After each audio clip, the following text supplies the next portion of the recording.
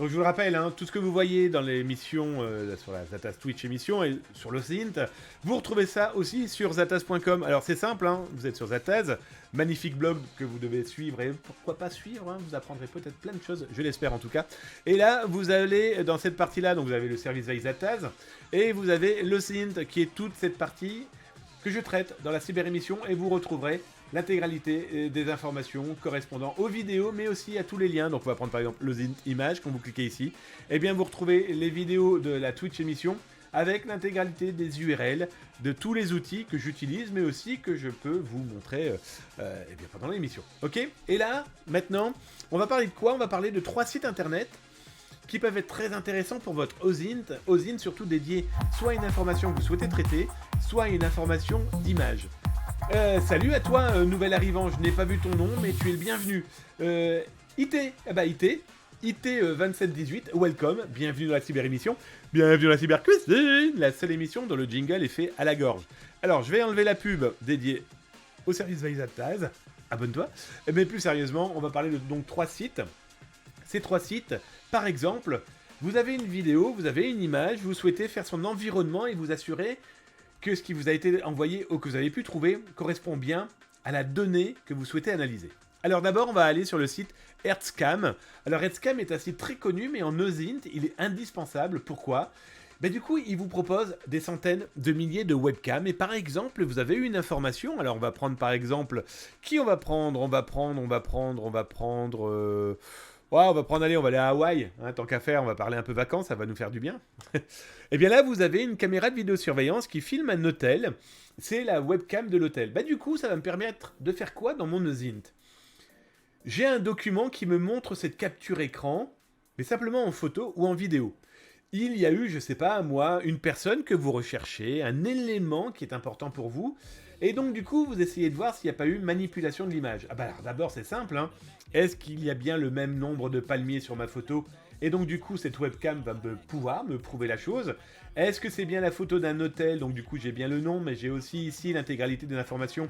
Et on voit que vu l'heure, tout le monde est encore en train de dormir, vu que l'hôtel n'a pas encore installé son matériel pour... pourquoi ? Pour ses clients. Intéressant aussi, est-ce qu'il y a une marée haute, marée basse ? Et s'il y a marée haute, marée basse, regardez derrière. Est-ce que la photo que j'ai trouvée correspond bien à l'heure qui est indiquée ? Oui, s'il y a marée haute, on voit peut-être pas les rochers. S'il y a marée basse, on voit les rochers. Donc on a déjà un créneau horaire qui n'est pas négligeable.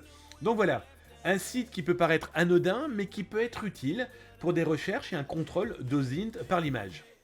Alors après, on est dans notre histoire où on a un internaute qu'on est en train de rechercher parce que ce dernier a raconté ou a diffusé des informations correspondant, par exemple, à j'étais dans un lieu très précis, mais il ne donne pas son nom, bien sûr, il ne donne pas qui il est, mais on sait que nous, on recherche un pirate informatique, et il indique, par exemple, qu'il était présent. Alors, je vais autoriser, hein, c'est qu'un détail, hop, je vais autoriser, et il dit, par exemple, je vais voir s'il y a quelque chose en Égypte, il n'y a rien en Égypte, hop, je me balade, on va aller voir ici, c'est très bizarre, il y a une île en plein milieu de on sait pas trop où.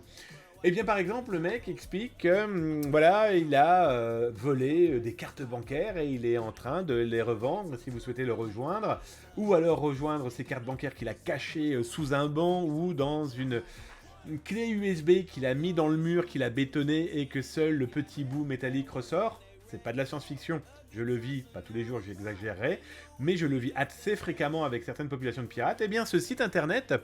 RSO-10 vous permet de quoi ?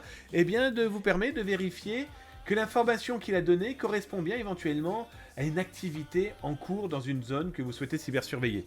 Alors ici, on voit, il y a eu un tremblement de terre, le 11 juin, aux alentours de 2h05.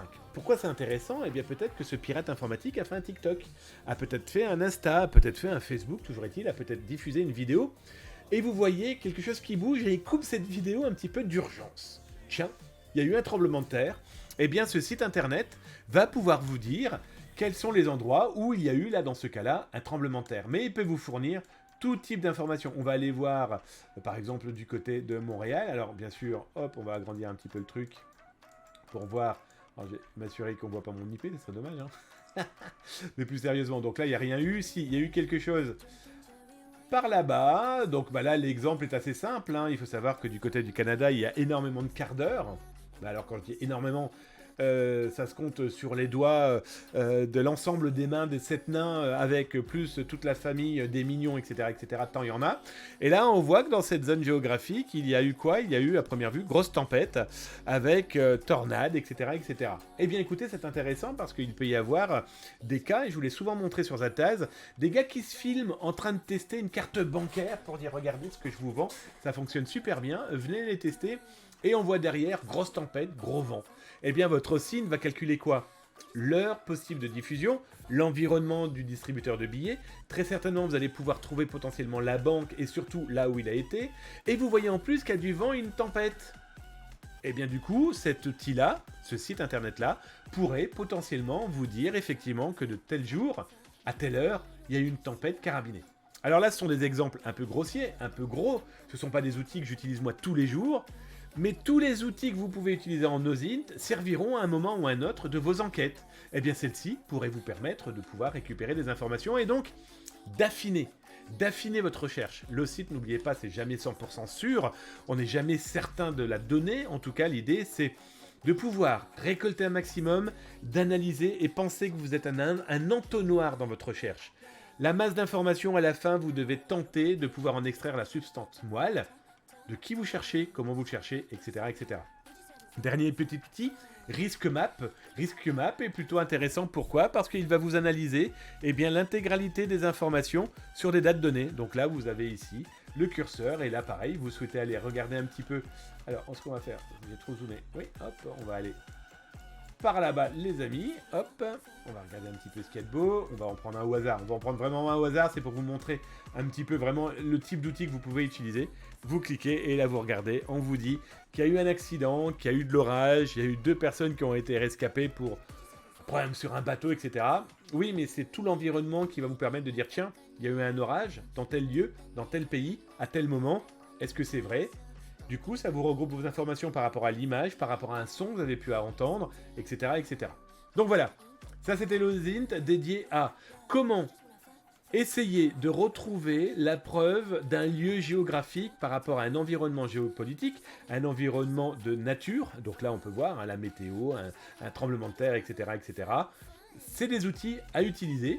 Pas tout le temps, sinon vous allez perdre un temps monstrueux, ça s'automatise, ça il n'y a pas de problème, mais ça permet aussi de peaufiner, de vous assurer que ce que vous recherchez, ça fonctionne bien. Je vous le rappelle, vous retrouvez tous les liens, l'intégralité des informations dédiées à l'OSINT sur le site zataz.com, et vous le retrouvez tout simplement à côté de Zataz Service Veille, vous le trouvez, vous cliquez sur OSINT, et là vous retrouverez tous les récaps avec les liens, les tutos, comment ça marche.